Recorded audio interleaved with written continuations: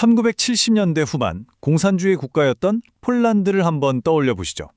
그 시절 짙은 안개가 자욱하게 깔린 도시의 밤거리에서 여성들을 극심한 공포에 떨게 한 정체불명의 포식자가 있었습니다. 오늘 들려드릴 이야기는요, 폴란드 범죄 역사상 가장 어둡고 또 가장 잔혹한 기록으로 남은 한 연쇄살인마에 대한 이야기입니다. 자, 지금부터 그 속으로 한번 깊숙이 들어가 보시죠. 20명, 바로 그가 해친 피해자의 숫자입니다. 9명은 목숨을 잃었고요. 11명은 살아남았지만 평생 지워지지 않을 끔찍한 기억을 안고 살아가야만 했습니다. 이 숫자 하나하나에 그의 잔혹함이 그대로 담겨 있는 거죠.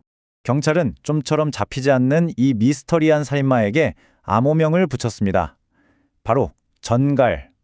그의 진짜 이름은 파베우 알로이지 투울린. 지금부터 우리는 이 괴물, 전갈이 어떻게 태어났는지, 그리고 무려 8년 동안 이어진 이 끈질긴 추격전이 어떻게 끝을 맺게 되는지, 그 기나긴 사냥의 기록을 함께 따라가 보겠습니다. 도대체 무엇이 평범했을지도 모를 한 인간을 이렇게 끔찍한 괴물로 만든 걸까요? 모든 비극의 시작은요, 그의 지독했던 어린 시절로 거슬러 올라갑니다. 투얼린의 아버지는 알코올 중독자였습니다. 그리고 아들에게 끔찍한 학대를 일삼았죠. 특히 투올린은 18살이 될 때까지도 밤에 오줌을 싸는 야뇨증을 앓았다고 해요. 아버지는 이불이 젖은 날이면 피다라고 불리는 가죽 채찍으로 아들을 피가 터지도록 때렸습니다. 어린 투올린에게 집이라는 공간은 안식처가 아니라 정말 벗어날 수 없는 지옥 그 자체였던 거죠. 근데 더 가슴 아픈 건 이 트라우마가 끔찍한 사회적 낙인으로 이어졌다는 겁니다. 친구들은 그를 오줌 싸개라고 놀려댔고, 그가 용기를 내서 파티에서 여성에게 춤을 청할 때마다 돌아오는 대답은 똑같았습니다. 코를 막으면서 냄새가 난다고 경멸하는 말. 바로 이 한마디가 그의 남은 인생을 송두리째 바꿔놓게 됩니다. 결국 어린 시절의 학대와 끝없는 사회적 모멸감은요, 여성 전체를 향한 뒤틀린 징후와 정복욕으로 변질되고 말았습니다. 그러니까 그의 범죄는 단순히 욕망을 채우기 위한 게 아니었어요. 자신을 거부했던 세상 전체에 대한 아주 잔인하고 삐뚤어진 복수극이었던 겁니다. 그의 범행 수법은요, 진짜 소름 끼치도록 단순하고 또 효과적이었습니다. 어린 시절에 아버지가 돼지를 잡기 전에 망치로 머리를 탁 내리쳐서 기절시키는 걸 봤는데 그걸 그대로 따라한 겁니다. 밤에 홀로 귀가하는 여성을 표적으로 삼아서 아무 소리 없이 뒤에서 접근해 바지춤에 숨겨둔 망치로 머리를 단 한 번 내리쳐 쓰러뜨리는 방식이었죠. 그런데 여기서 정말 기이한 점이 하나 있습니다. 그는 범행에 쓴 망치 머리를 붕대로 아주 꼼꼼하게 감싸서 바지 속에 숨기고 다녔다는 거예요. 이유를 물어보니까 차가운 쇠가 맨살에 닿는 느낌이 그냥 싫어서 그랬답니다. 피해자가 겪을 끔찍한 고통은 안중에도 없으면서 자신의 아주 작은 불편함은 참을 수 없었던 거죠. 여기서 우리는 그의 냉정하고 계산적인 광기를 엿볼 수 있습니다. 근데 여기서 의문이 들죠. 어떻게 이런 괴물이 8년이라는 그렇게 긴 시간 동안이나 잡히지 않을 수 있었을까요?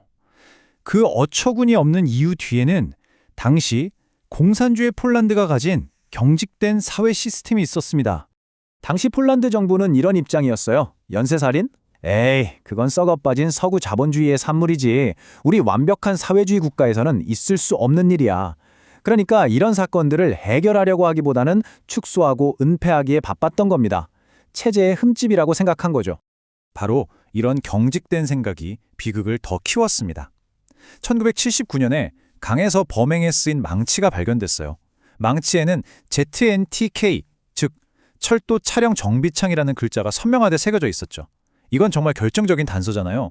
경찰은 즉시 ZNTK 직원 명단을 확인했습니다. 하지만 그의 이름은 없었습니다. 이 치명적인 실수 때문에 경찰이 엉뚱한 곳에서 헤매는 4년 동안 무려 10명의 무고한 희생자가 더 발생하고 맙니다. 아니, 왜 그의 이름을 못 찾았을까요? 이유가 너무 허무했습니다. 그는 정식 직원이 아니라 단 2주 동안 임시로 배터리 카트 운전사로 일하면서 이 망치를 훔쳤던 거거든요. 서류에 없다는 이유만으로 그냥 넘어간 이 경직된 수사가 결국 10명의 목숨을 앗아간 셈입니다. 그렇게 치밀하고 교활했던 전갈의 사냥은 그러나 믿기지 않을 만큼 어설프고 황당한 방식으로 막을 내리게 됩니다. 범인을 잡은 결정적 단서는 바로 새끼 돼지와 진흙이었습니다. 그의 마지막 범행은 그야말로 혼돈 그 자체였어요. 훔친 벤을 몰고 가다가 길가의 여성을 공격한 트롤린. 근데 너무 서둘러서 현장을 벗어나려던 순간 그만 벤이 깊은 진흙탕에 빠져버린 겁니다. 당황한 그는 차를 그대로 버리고 어둠 속으로 도망쳤죠. 그가 버리고 간 이 벤이 사건의 결정적인 전환점이 됐습니다. 차 안에서는 최근에 훔친 걸로 보이는 새끼 돼지의 배설물이 나왔고요. 진흙에 남은 타이어 자국은 근처 농장에서 도난당한 차량의 것과 정확히 일치했습니다. 자, 이제 퍼즐 조각이 맞춰지기 시작하죠. 이 지역에 살고 운전면허와 전과가 있으며 농장과 관련이 있는 남자. 뒤늦게 꾸려진 전갈 특별수사팀은 이 프로필에 딱 맞는 인물들을 샅샅이 뒤지기 시작했습니다. 그리고 마침내 경찰이 그의 농장을 덮쳤을 때 적용한 혐의는 연쇄살인이 아니었습니다. 바로 새끼 돼지와 찜기를 훔친 혐의, 즉 절도 혐의였죠. 20명을 희생시킨 희대의 살인마가 좀도둑질 혐의로 체포되는 순간이었습니다. 정말 아이러니하지 않나요? 하지만 체포가 이야기의 끝은 아니었습니다. 교도소 안에서 그는 자신의 악마성을 정말 마지막까지 남김없이 보여주었습니다. 이야기는 이제 그의 가장 섬뜩한 마지막 모습으로 향합니다. 정신 감정을 받던 투올리는요, 배급으로 나온 빵을 자기 침이랑 섞어서 반죽을 만들더니 그걸로 여성의 성기 모형을 만들었습니다. 심지어 거기에 실제 털까지 붙여서 장식을 했죠. 그리고는 이 끔찍한 조각품을 자신을 담당하던 여성 정신과 의사에게 선물이라면서 건넸습니다. 이 충격으로 의사는 결국 신경쇠약에 걸려 쓰러지고 말았습니다. 1987년 사형이 집행되기 직전에 검사가 그에게 마지막으로 물었습니다. 만약에 풀려난다면 뭘 하겠나? 그의 대답은 단 한치의 망설임도 없었습니다. 아마 다시 사냥을 나갈 겁니다. 끝까지 단 한순간도 뉘우치지 않았던 거죠.